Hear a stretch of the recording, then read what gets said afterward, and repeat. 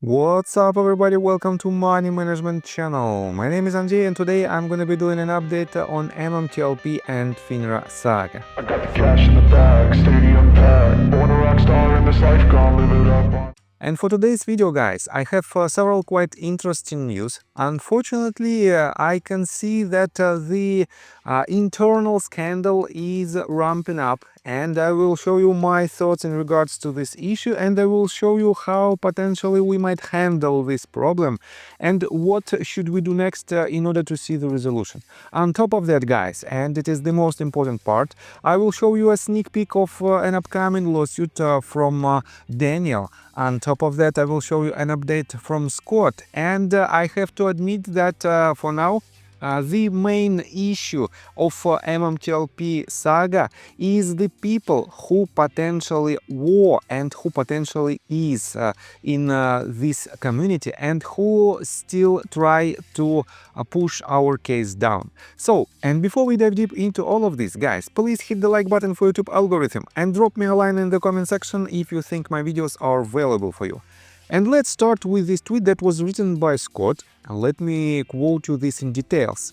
He wrote the following: McCabe, and by the way, guys, I don't like this disrespect that Scott makes by these tweets, but he has some interesting update besides this crap. So let me quote you.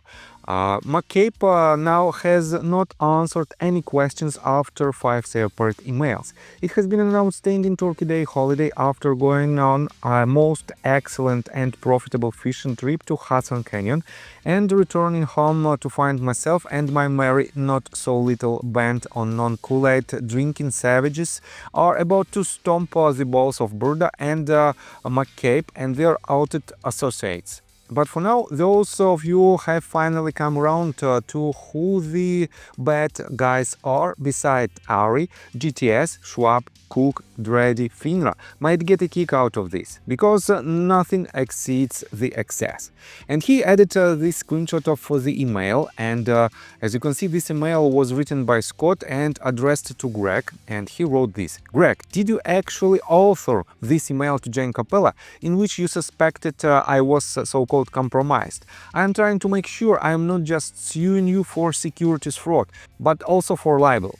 See attached, Scott wrote. And here is the letter that was written by Greg, and it was addressed to Jennifer. And Jennifer asked Greg in regards to the questions that were asked by Scott, and that was addressed to Greg himself. And yes, it is quite confusing, but in general, guys, I want to show you the following couple of tweets. Sam IM wrote this 15 hours ago. It's still crazy to me that a CEO and board of director chairman would forward one shareholder's email to another because of Twitter conversations. It provides a lot of perspective on the kind of oil company once said to be largest offshore discovery in 30 years. This is. No kidding. And Scott responded, no kidding, it's amazing, yet people are lining up for more Kool-Aid. And guys, yes, it is very suspicious when we don't have enough information from the official sources, from official press releases from the company, despite the fact that board of directors and C-level executives have a fiduciary duty and they have to act in a favor of their shareholders. Despite that fact, I think these actions of switching the email because of the Twitter conversations and this was made by Greg himself, I think it is a kind of cherry picking of the, let's say, he tries to show the problem, and potentially this is not a real problem, but this is just an attempt of switching the focus of the shareholders from one so-called problem to another. And let me show you again the same tweet, but I want to pay attention to this conversation that was that basically happened in between Eric Van Hoof and Scott. And guys, it is very interesting, and the conclusion is really impressive. Let me quote you this in details. Eric wrote, "No offense, but I wouldn't answer either if any answer is thought of as a bad answer. I support you going after the SEC, FINRA, but I don't think the name calling and such towards McCabe helps you get answers from him." And Scott responded, "It's called disrespect. I'm manifesting it towards him. He was never going to give any answers anyway, don't you think?" And guys, I see that Scott shows this disrespect to Greg, but I don't like it. We have to be professional. We have to be polite, and we have to respect our counterparties. And to be honest, for now, I see the problem switching from from authorities and from major hedge funds. It is switching internally to the MMTLP community itself, and a lot of people don't like this change of narrative. But guys, I have to admit that the justice will prevail. We cannot have we cannot see just a half truth. We have to see the overall picture, and if these people are guilty in the MMTLP saga, I mean if John Burda, George Palikros, Greg McCabe, or any other member of board of directors of Next British Hydrocarbons, if some of them is guilty in this problem, they have to be prosecuted. Otherwise, guys, if they are innocent, we have to just find it out. But for now, with all this smoke and mirrors that is surrounding the MMTLP case, we cannot answer with 100% certainty for this question. But let me quote you further. Eric also wrote this: "I don't care they thought. I care about the U3 HALT, FINRA and the SEC refusing to answer a single question. Broker-dealers being unclear. As long as they are not cooperating in getting us justice, they are in the wrong. John Burda, George Palikros and McCabe have proven they want justice." And Scott responded, "Oh wow. So McCabe has done exactly what the last 2 years to earn your trust and faith. Did you look at the falsified oil well reports from Clint plant? Oh yeah, McCabe couldn't possibly have known about that, right?" And Eric responded, "I have seen so much info that it's sometimes hard to know what is correct and what's not. If you are suggesting about the 3.7 billion barrels of oil, that data precedes McCabe as CEO. It takes balls and stupidity to falsify intel with so many investigators and investors looking into MMTLP." Scott responded, "He was involved with Burda in TRCH on the Orogrande in 2014. He knew it was falsified. He knew Clean Plant falsified well recovery data at the RCC in Texas too, and said nothing. Do your homework." And guys, this is a quite important statement. Wait a second, it is quite important statement, and I will show you in a minute what grounds does this statement have. So Eric responded, "I have to look into the falsified documents more. Can't argue with that, but it keeps rising the question. Why doesn't he just sell the company and disappear from the radar then? He has ton of money. I can't make my mind up of who is good or bad unless I have all the information." Scott responded, "How can he sell something that's worthless? There is no oil." And Eric wrote, "But then why become CEO of NBH? If he knew in 2014, why go down with the ship? That's what boggles my mind. He had a ton of money before the sale. Why stay in the spotlights of fraud, corruption and manipulation?" And Scott responded, "I give up, Eric. My last response, look at his actions through the lenses of fraud. It was all a fraud game and plan. If you can see it now any more time, answering you is wasted. Good luck." Eric wrote, "I understand. I look at it all from a different lens. Even if McCabe, George and Burda or just one of them clocked their books, that still won't help us to get a share count or resolution. It's a completely separate case in my opinion and will not help us investors get our money back." And Scott responded, of course it will. You have to squeeze oranges to make orange juice, bro. Discovery of their fakes and accounts would show what they were doing. I think all the major whales and Burda and McCabe sold long at the peak and then switched to a short game. And guys, this is another statement that has to be proven, but we know for sure that Burda and McCabe did sell some of their shares right before the U3 halt. Eric also wrote this. As I said, I support about all actions for resolution. I understand your approach towards them, but isn't the SEC doing this lawsuit already for the alleged pump and dump scheme? I will let them do their thing and focus on the other aspects as why FINRA and the SEC don't help us. And Scott wrote, what are you specifically doing? If I have to throw anybody under the bus who deserves it to get us paid, I will. People facing jail time right, left and right. When are you suing and where? And Eric wrote, I put all my money in MMTLP. I have nothing left to sue anyone or anything, nor do I have the knowledge. So, what do? I try to reach out to people in power, media, trying to get MMTLP on more people's radar, trying to show how hard we got after over, stuff like that. And Scott wrote this tweet. Hang in there, the Color Sergeant and 1209 group are the second wave.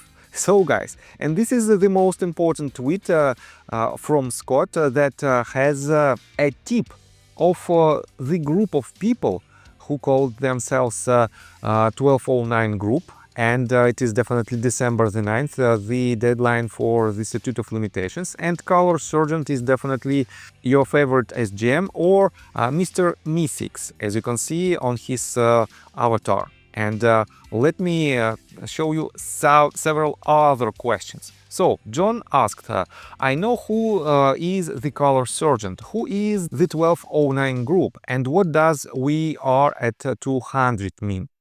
Scott responded, just a bunch of good people who aren't listening to Drew Flotulence or Punk Nasty or the rest of Shield Nation.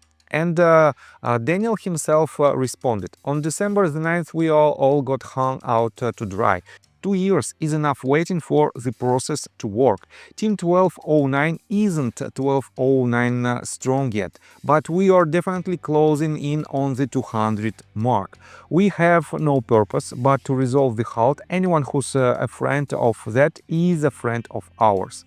So guys, I think we are about to see another quite massive news, but let me remind you about this statement that Greg McCabe knew everything and he was involved with build in TRCH on Orogrande in 2014.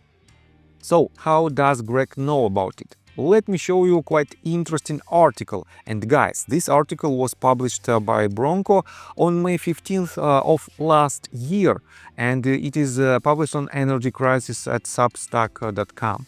And you can Google it and read it by yourself. The title of this article is The Anatomy of a Shitco Energy Edition.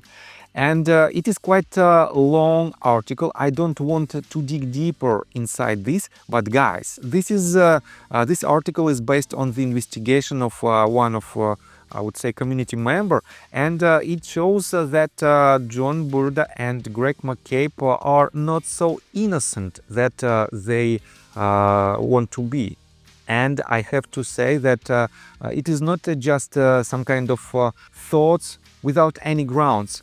You can see that there is a lot of links to the official SEC website, to the official statements of the company, and I have to say that I read this article not in its entirety, but it is more than enough to have even more questions to Greg and to John Burda. So let me show you an update from Daniel, and on top of his tweet that he pinned on his Twitter account with the introduction, the first page of his upcoming lawsuit that he will drop on December the 4th.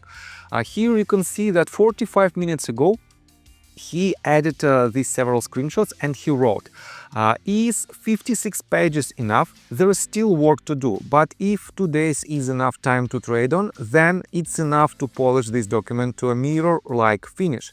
Here is the whole preamble for you to chew on while I finish making my last-minute changes. Enjoy. 12:09. And he added several screenshots of his lawsuit. Some of them are completely the same that he added to his pinned tweet. But let me show you this section G. This case seek to recover damages for the financial and emotional harm suffered by the plaintiff and to challenge the structural and constitutional flaws in FINRA's governance. By addressing these systematic deficiencies, this court has an opportunity to restore fairness and transparency to U.S. financial markets, protect the rights of retail investors, and reinforce the constitutional principles that govern regulatory authority. Such action is necessary to rectify the failures that have jeopardized investor confidence and market integrity. So guys, definitely we have just several days left till this lawsuit is published, and I have to admit that it is a very huge step toward the resolution, because as I already mentioned previously, we have to see the justice, and it doesn't matter who the wrongdoer is. The wrongdoers should be punished, but we shouldn't be in a hurry. Everything should be proven in court, and this is the crucial part. So, let me show you another update from Daniel. He wrote this just yesterday, and he added a set of questions in his lawsuit, and he wrote the following tweet. So don't tell me that there is a downside. Can't you see it's going worldwide? And he added the list of questions. It is under the section 128. The following legal and factual questions arise from the plaintiff's claims and are critical to determine liability and relief in this matter. And here is the set of the questions. I have to admit that basically I don't want to dig deeper inside these questions, but these questions are very legitimate and extremely important in this case. That is why, guys, I think, yes, it is a pure bombshell for our case right now. And unfortunately, we have basically we were separated inside the MMTLP community for two camps. One camp is trying to sue the potential wrongdoers, and at this moment we have more questions to the board of directors of TRCH, MMAT and MMTLP. And the second camp doesn't want to see that if the wrongdoers are inside the board of directors, we have to force them to answer these tricky questions. And unfortunately, it is what it is, and I'm here to show you both sides of the conflict. And definitely I have my own opinion, but I will not disclose it in my videos. And I will continue to make these videos in order to help you to see the resolution and the bigger picture of the entire problem. And guys, let me tell you my personal story. I have a wife and two children aged 11 and 15, as well as a small dog. After 30 years of living in Russia near the Baikal Lake, we decided to move. Now we reside in Serbia. Although I don't own any MMTLP shares, I invest a lot of time creating daily MMTLP videos. I have been doing this every day without days off and holidays for more than 1.5 years. Now I wish to buy back this time from my family, from my children. We've agreed that I will ask the MMTLP community to support me, and I will give all the money to the children. Therefore, if you believe that I am providing useful content for you and wish to support me, you can join my Patreon account. For $5 a month, I will add your name to my list of supporters if you wish. Thank you in advance. The link you can find in the description below. So, I think that's all information that I want to provide you. If you like my video, please hit the like button and subscribe to my channel, and see you guys and girls next time. Bye! I got the cash in the bag, stadium packed. Born a rock star in this life, gone live it up on the attack.